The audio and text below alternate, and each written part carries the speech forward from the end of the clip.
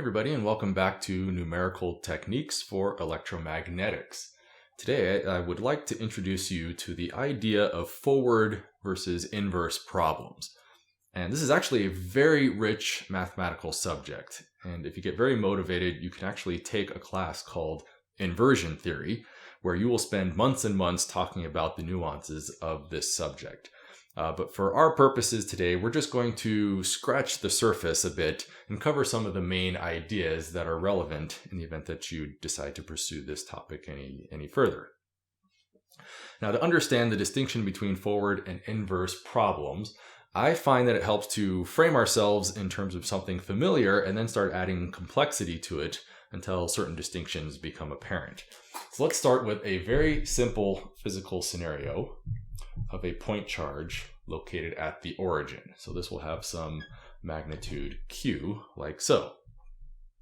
And as we know, the presence of some point charge will imply the existence of some electric field spewing out of this little charge in all directions, like so.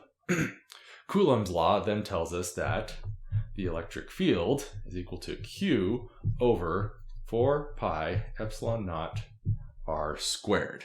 So for example, you might imagine some observation point here where I'm measuring the electric field some distance r away. There will be some electric field like so, corresponding to that measurement location. So that's just Coulombs law for electric fields. Now, that's handy and that's familiar, but really we're not going to be interested in electric fields per se. And the reason for that is because the electric field actually has 3 components to it, right? So you have this Ex, x hat, plus Ey, y hat, plus Ez, z hat. And so it gets very complicated to have to keep track of all 3 of those directions corresponding to your electric field. We can, however, simplify things greatly by remembering that the electric field is equal to the negative gradient of the electric scalar potential, that phi term there. And what that allows us to do is to essentially express the same information, but in terms of 1 scalar field rather than 3. So if you do a little bit of math, it's pretty straightforward to show that phi is equal to Q over 4 pi epsilon naught r. So in other words, if you take the gradient of this expression here, you should reproduce this expression over here. Only this has a single component to it, whereas this is a vector over here. Now let's focus a bit on Coulombs law in terms of this electric scalar potential. And just looking at that expression, it's tempting to interpret there are different ways to interpret what it's trying to tell you. So one way to look at it is something like this. Suppose I were to give you some magnitude of some point charge and some distance away from that point charge. I should be able to tell you what the electric scalar potential is given that information. Okay, so given this information, there is a unique solution for this thing here. However, there really isn't any reason why it has to be that way. And to see why, suppose we just rearrange this equation here a bit to get something like this. 4 pi epsilon naught r phi.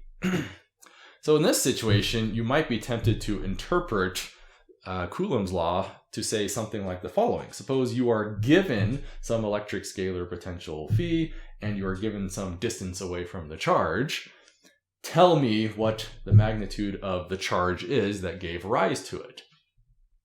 So for the simple case of a single point charge, there really isn't any philosophical distinction between these sorts of interpretations. Practically speaking, the only difference is what information am I given and what information can I derive accordingly. So in this sense, the idea of a forward versus inverse problem doesn't really mean anything.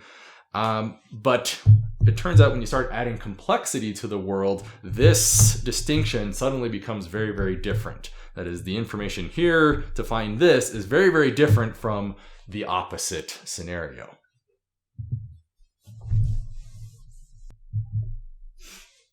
Okay, so now you'll notice I've added a little bit of complexity by creating 2 point charges. So let's call this guy here Q1 and this one over here Q2. So now a situation like this, I might be tempted to ask something like, what is the electric scalar potential at this point over here? So these are called the source positions. This is now called our observation point with respect to those sources. So as we all know, Coulombs Law for this sort of scenario is linear. So you might simply write something like this. Phi is equal to Q1 over 4 pi epsilon naught R1, where the distance from here to here would be R1.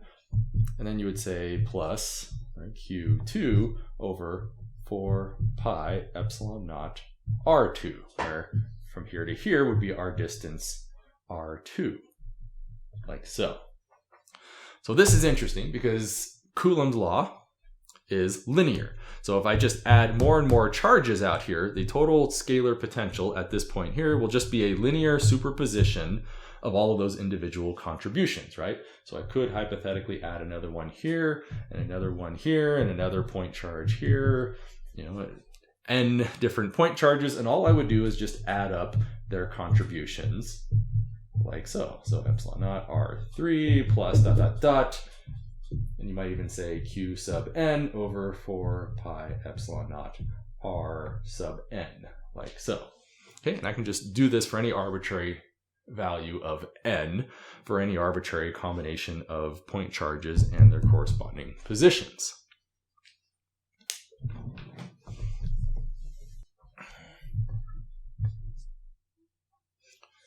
Now let's take a step back and imagine a slightly different scenario.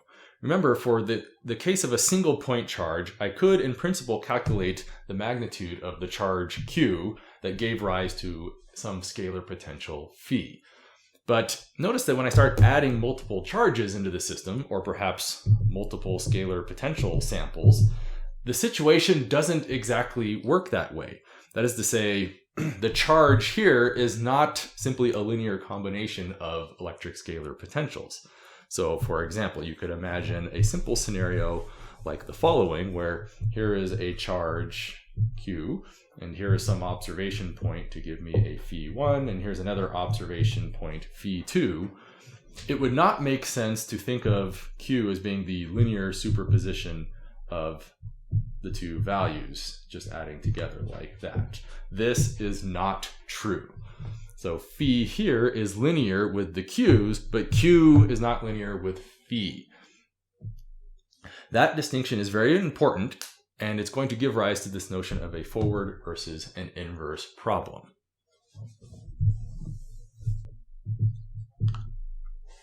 Okay, so now you'll notice I have rearranged the situation a little bit. I have 2 point charges, Q1 and Q2, and I have 2 observation samples in scalar potential, phi1 and phi2.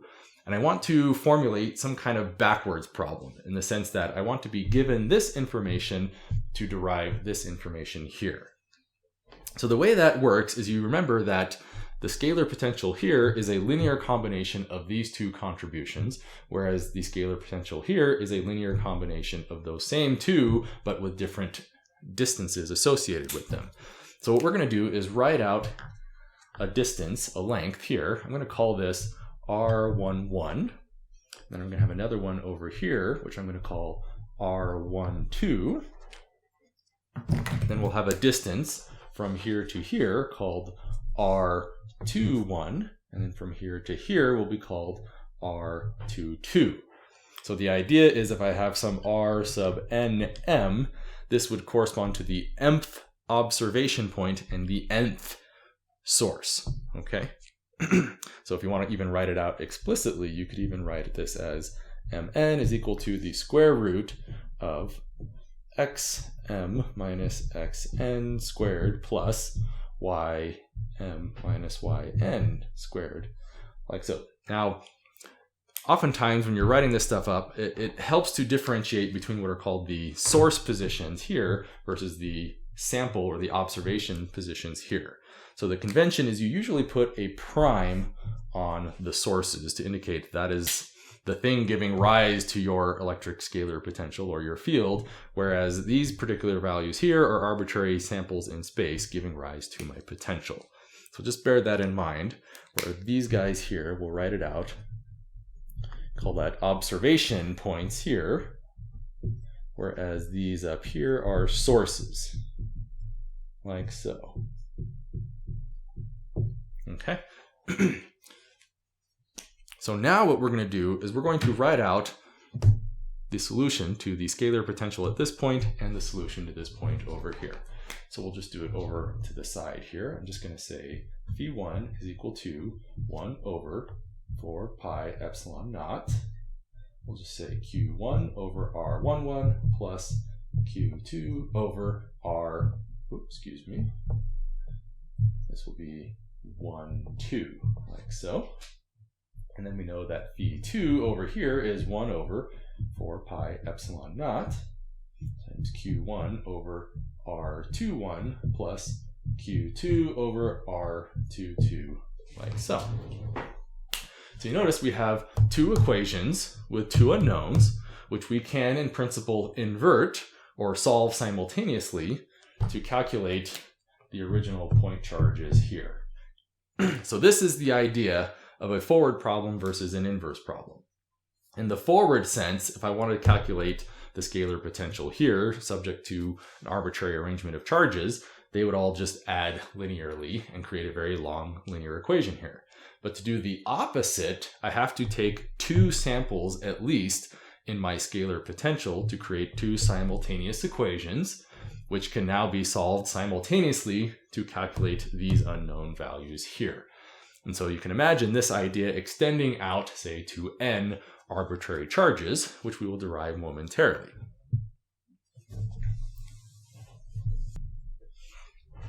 Okay, so now you'll notice we have n arbitrary point charges floating in space here. And I want to calculate those charges given some arrangement of observation samples in phi, which can be more or less anywhere I choose. So I might call this phi1 here, phi2, and phi sub n, like so. So the way this will work is we start by saying phi1 over here, phi1 is equal to 1 over 4 pi epsilon naught, and you'll just have q1 over r11, so that would say be this distance here, plus q2 over r12, so that would be, say, that distance there, plus dot dot dot, and you just repeat for all n charges until you eventually get qn over r1n, like so. So that is the electric scalar potential here as a result of all these n charges. And now I'm going to repeat for, say, this guy over here. So you'll get something that looks like this. phi2 is equal to 1 over 4 pi epsilon naught. Sorry, it's a little messy. And then we'll say q1 over r21. So you notice that's this distance here, plus q2 over r22. So there's that distance there, plus dot dot dot, plus q sub n over r2n, like so. And you may notice a pattern beginning to emerge.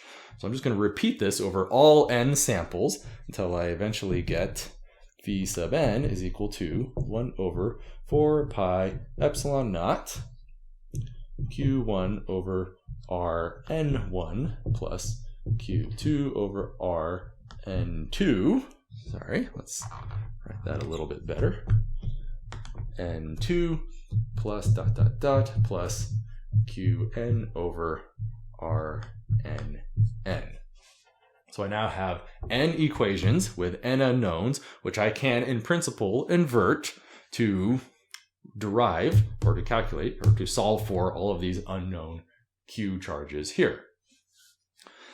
So as you may notice, this gets very tedious to write. So what we're going to do is rewrite this all in a much more compact notation. This is why matrix vector notation is so handy here. So let's write this out over here. So we're going to take the exact same equation, just rearrange it a bit so that it looks kind of like so.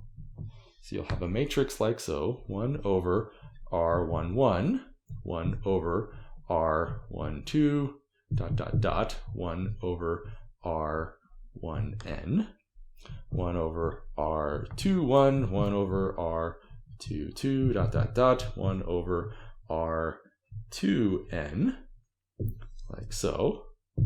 Then this is going to repeat over a bunch of rows until I get 1 over Rn1, 1 over Rn2, all the way out to 1 over Rnn.